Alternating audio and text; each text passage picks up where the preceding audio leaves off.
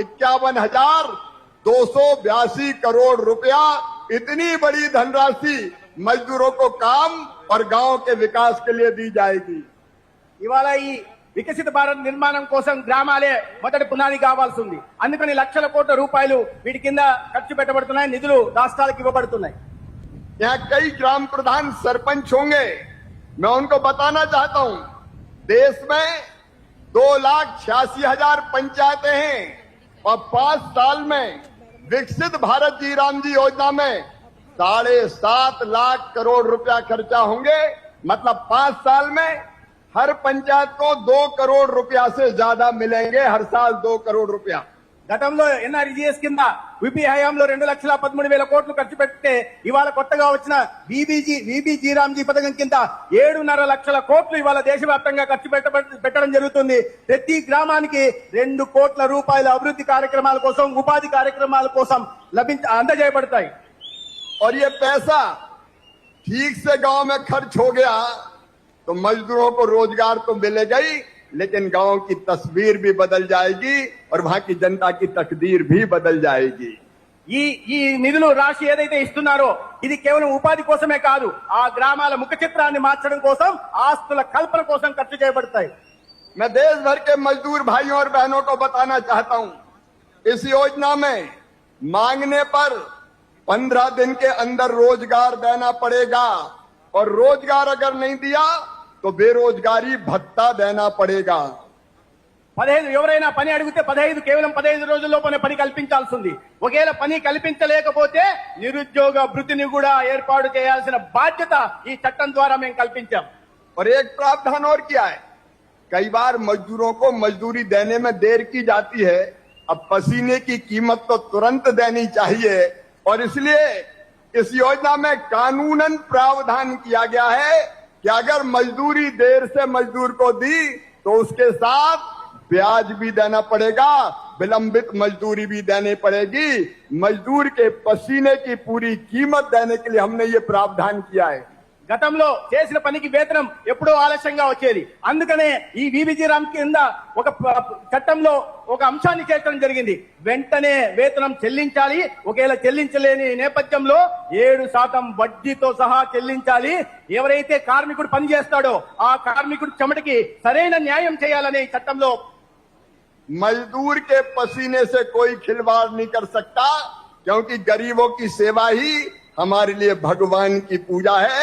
ये मोदी मंत्र है और इसे मजदूरों के हितों का पूरा ध्यान रखा गया है। పేదల చెమటకి నిజమైన అవకాశం లక్ష్యం చేర్పించే విధంగా కేంద్ర ప్రభుత్వం ఆలోచిస్తా ఉంది, రాష్ట్రంలో ఎన్డీఏ ప్రభుత్వం ఆలోచిస్తా ఉంది. विकसित भारत जी राम जी को लागू करने में जो कर्मचारी लगेंगे उनको पूरी तनख्वाह मिले, पूरा वेतन मिले, इसलिए हमने प्रशासनिक व्यय 6% से बढ़ा के 9% किया है। 13,000 करोड़ रुपए से ज्यादा इसीलिए रखे हैं कि हमारा ग्राम रोजगार सहायक हो, मैट हो या काम करने वाला छोटा कर्मचारी, उसको समय पर वेतन मिल जाए, उनको भटकना ना पड़े।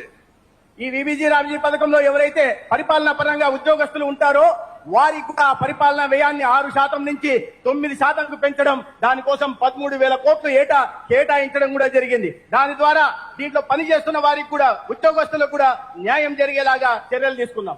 और इसमें कौन कौन से काम किए जा सकते हैं ये आपको चंद्रशेखर पेमासामी बता रहे थे। गांव के विकास का कोई भी काम हाथ में लिया जा सकता है और काम तय करने का काम भी दिल्ली से तय नहीं होगा, अमरावती से तय नहीं होगा, वो काम भी गांव की जनता तय करेंगी, गांव के लोग तय करेंगे कि हमारे गांव में कौन सा काम किया जाए। ఈ పథకం కింద ఏవే పనులు గ్రామాల్లో చేపట్టవచ్చో పెమ్మసాని చంద్రశేఖర్ గారు చెప్పడం జరిగింది. ఏ పనులు చేపట్టాలో ఢిల్లీ నుంచి నిర్ణయం జరగదు, ఏ పనులు చేపట్టాలో అమరావతిలో నిర్ణయం చేయదు.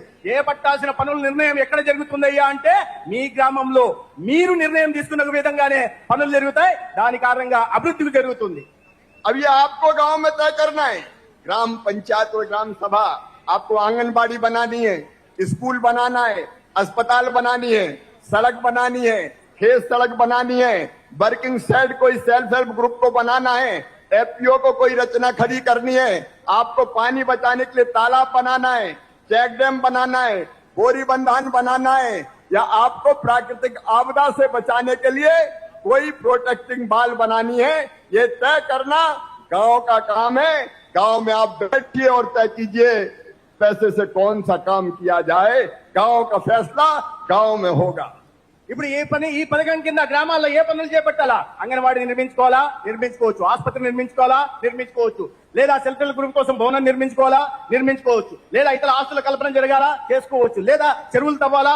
తవ్వచ్చు. లేదా చెక్ డ్యాం నిర్మించాలా? నిర్మించవచ్చు. గ్రామానికి ఉపయోగపడే విధంగా, సంపద సృష్టించే విధంగా ఏ పనినైనా ఈ పథకం కింద చేపట్టడానికి అవకాశం కల్పించబడింది.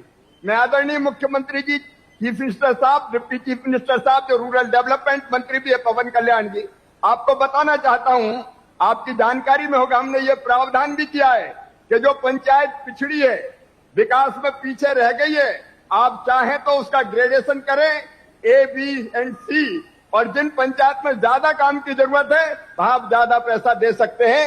ये स्टेट को तय करना है, राज्य को तय करना है, ताकि इंटीरियर के जो इलाके हैं, गांव हैं पिछड़े हुए, वहां ज्यादा तेजी से विकास के काम हो सके। నేను గౌరవనీయ ముఖ్యమంత్రి గారికి, ఉప ముఖ్యమంత్రి గారికి చిన్న విషయం తెలియజేస్తున్నా. దీంట్లో ఇంకొక అవకాశం కూడా కల్పించడం జరిగింది. అది ఏంటంటే ఇవాళ పంచాయతీలు, వెనుకబడిన పంచాయతీలను గ్రేడింగ్ చేయడం జరిగింది ABCలుగా. అది అత్యంత వెనుకబడిన పంచాయతీల మీద ఎక్కువ నిధులు పెట్టడానికి అవకాశం ఉంది. దీన్ని రాష్ట్రంలో మీరే నిర్ణయించండి. ఏ పంచాయతీలు వెనుకబడి ఉన్నాయో ఆ పంచాయతీల అభివృద్ధి విధంగా తీసుకువెళ్ళండి అని చెప్పి నేను కోరుతున్నాను. मेरे प्रिय बहनों और भाइयों, अकेले आंध्र प्रदेश को 9 महीने के लिए, 1 साल के लिए नहीं, केवल 9 महीने के लिए 7,707 करोड़ रुपया केंद्र से मिलेगा, जिसमें 40% आप मिलाएंगे चीफ मिनिस्टर साहब और डिप्टी चीफ मिनिस्टर साहब, तो ये बढ़ के हो जाएगा लगभग 12,000 करोड़ रुपए के आसपास की राशि। 1 साल नहीं, 9 महीने में लगभग 10,000 करोड़ से 11,000 करोड़ के बीच खर्च केवल आंध्र प्रदेश में होगा। और सचमुच में मुझे पूरा विश्वास है, आप विजनरी हैं, आप कल्पनाशील मस्तिष्क के धनी हैं, आप डेवलपमेंट की तकनीक को जानते हैं। मैं जानता हूं, जब पूरे आंध्र के आप मुख्यमंत्री थे तब आपने साइबराबाद खड़ा कर दिया था। दुनिया भर का निवेश है साइबराबाद में आ रहा था, लेकिन अब आप आंध्र प्रदेश में यहां मुख्यमंत्री है तो इन्वेस्टमेंट अब अमरावती और आंध्र प्रदेश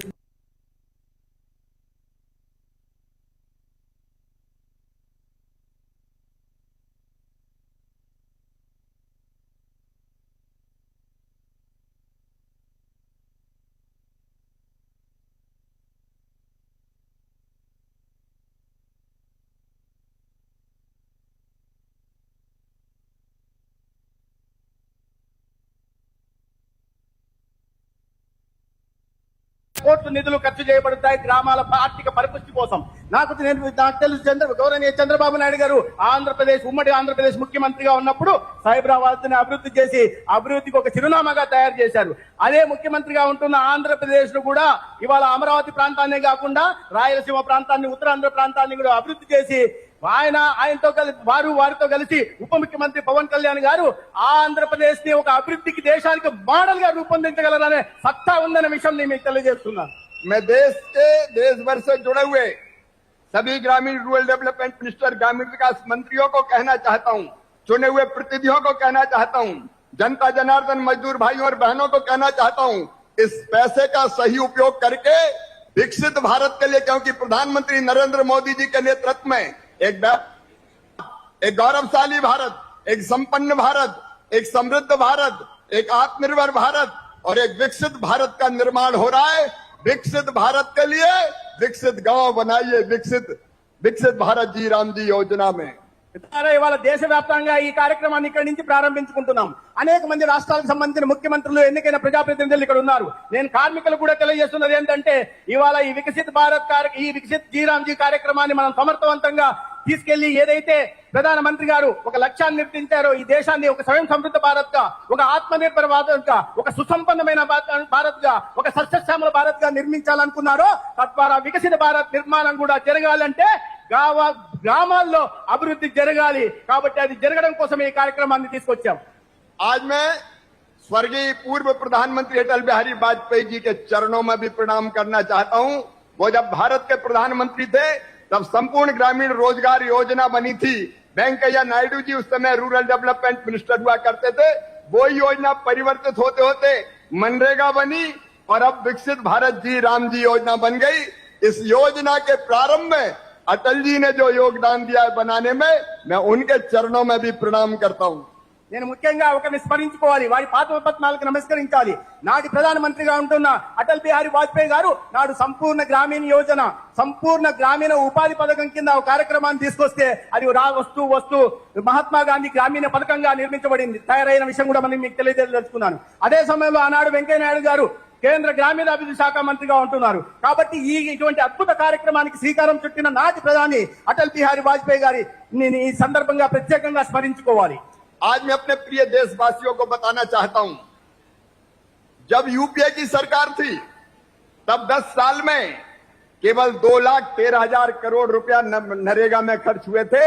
लेकिन मोदी जी के नेतृत्व में एनडीए की सरकार ने 8,63,000 करोड़ रुपया 10 साल में नरेगा में खर्च किए और अब 5 साल में 7.5 लाख करोड़ रुपया खर्च किए जाएंगे।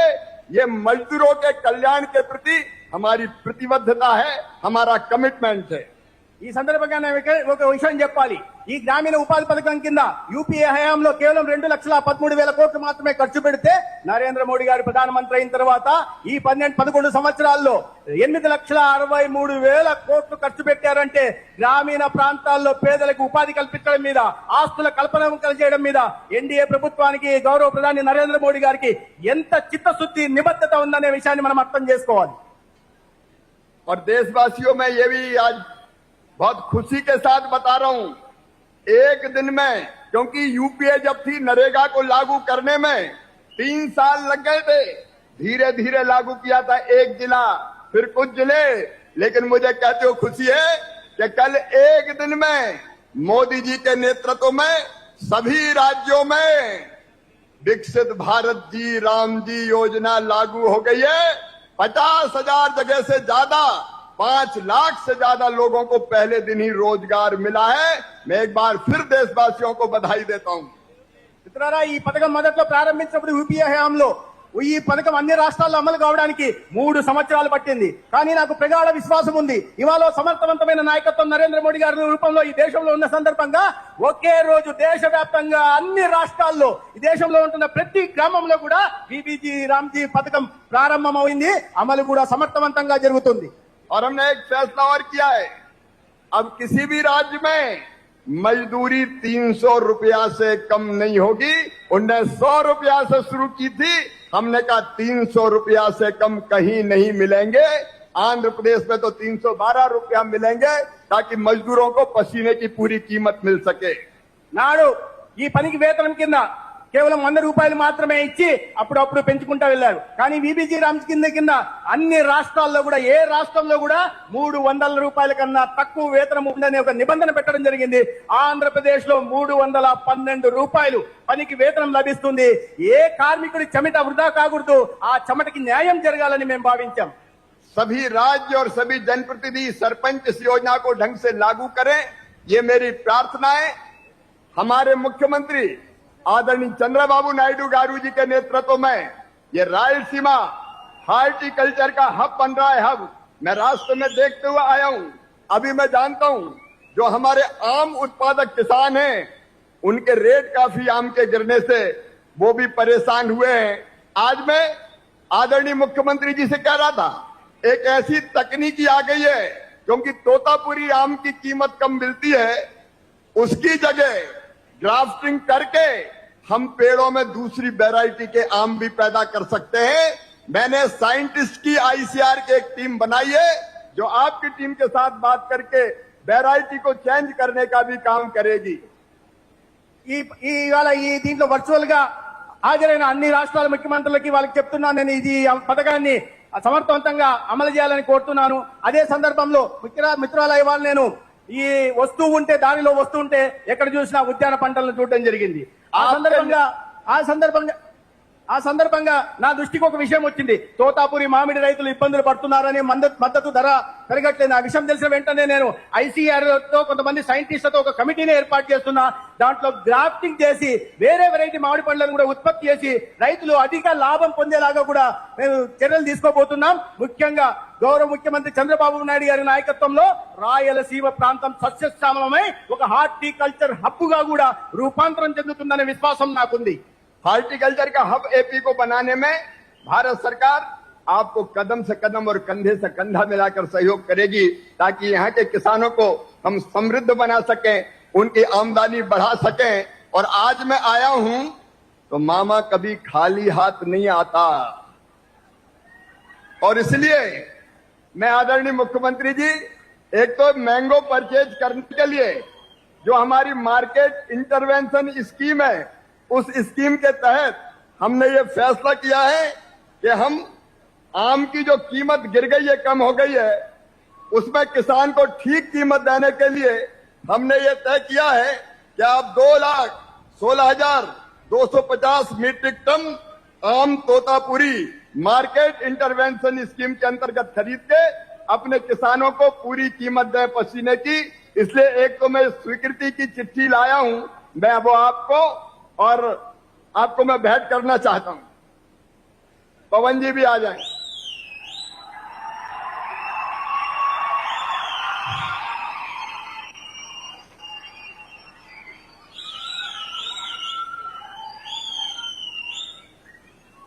ఈ సందర్భంగా రాయలసీమని హార్టికల్చర్ హబ్ గా తయారు చేయడం కోసం శ్రమిస్తున్న గౌరవ ముఖ్యమంత్రి గారితో కలిసి కదం కడపడానికి భుజం కడపడానికి కేంద్ర ప్రభుత్వం సిద్ధంగా ఉందన్న విషయాన్ని అర్థం చేసుకోవాలి. అయితే ఈ సందర్భంగా మామగా పిలువబడుతున్న నేను ఉత్తి చేతులతో రాను. ఇవాళ మామిడి రైతులకి మద్దతు ధర ఇవ్వడం కోసం మార్కెట్ ఇంటర్వెన్షన్ స్కీమ్ కింద 2,16,000 కోట్ల 2,16,000 మెట్రిక్ టన్నుల మామిడిని సేకరించడం కోసం నేను ఒక ప్రతిపాదనతో వచ్చాను. దాన్ని నేను ఇవాళ గౌరవప్రదంగా ముఖ్యమంత్రి గారి చేతికి, ఉప ముఖ్యమంత్రి గారి చేతికి ఇవ్వాలనుకుంటున్నాను. और प्रिय बहनों और भाइयों, मोदी जी का संकल्प है कोई गरीब कच्चे मकान में नहीं रहेगा, हर एक के पक्के मकान बनाए जाएंगे.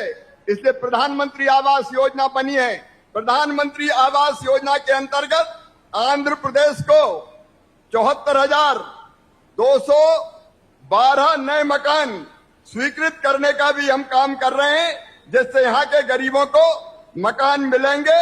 वो कच्चे मकान में नहीं, पक्के मकान में रहेंगे.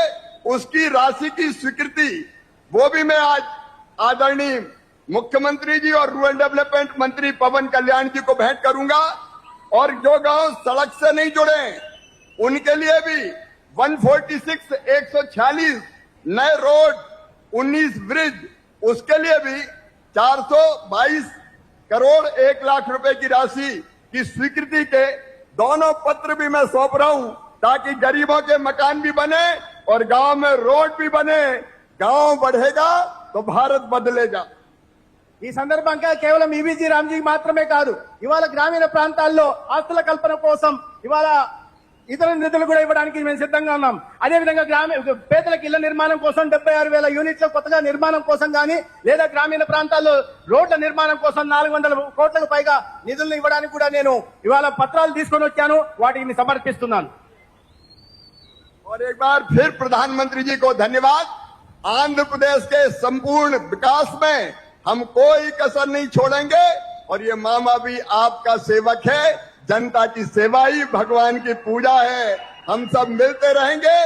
एक बार हेम्पर प्रेजेंट कर हम सबका अभिवादन आप तक पहुंचाएं. मेरा विनम्र आग्रह मसूदा विधायक श्री वीरेंद्र सिंह जी कानावत साहिब से, आप पधारे श्रीमान. राजस्थान की परंपराओं का सिरमौर साफा बंधाई की रस्म के साथ गौ माता की प्रतिमा को माननीय को भेंट कर हम सबका और राष्ट्र में गौ सेवा का एक सुंदर संदेश. और आदरणीय कलेक्टर महोदय श्रीमान कमल सर से आग्रह आप पधारे और देवनारायण जी महाराज की तस्वीर माननीय को भेंट करते हुए हम सबका स्वागत, सम्मान और सत्कार. जोरदार तालियों से लोक हितैषी, जनसेवी, कर्मठ, यशस्वी मुख्यमंत्री महोदय का स्वागत और सम्मान जो समस्त मंच पर आपके सम्मुख हो रहा है. जोरदार तालियों की गड़गड़ाहट हो, हृदय में आभास हो. और इसी क्रम में हमारे बीच 51 किलो की माला के साथ यहाँ पर विराजमान हैं। मैं उन समस्त से आग्रह करती हूँ, श्री नवीन शर्मा जी पूर्व जिला अध्यक्ष विजयनगर, श्री गणपत सिंह जी रावत साहब पूर्व जिला महामंत्री रामगढ़, श्री सुभाष वर्मा जिला महामंत्री भिलाई, श्री संजय जी लोढ़ा जिला सह कोषाध्यक्ष भिलाई, श्री कैलाश जाट जी पूर्व जिला परिषद सदस्य बहादुरपुर।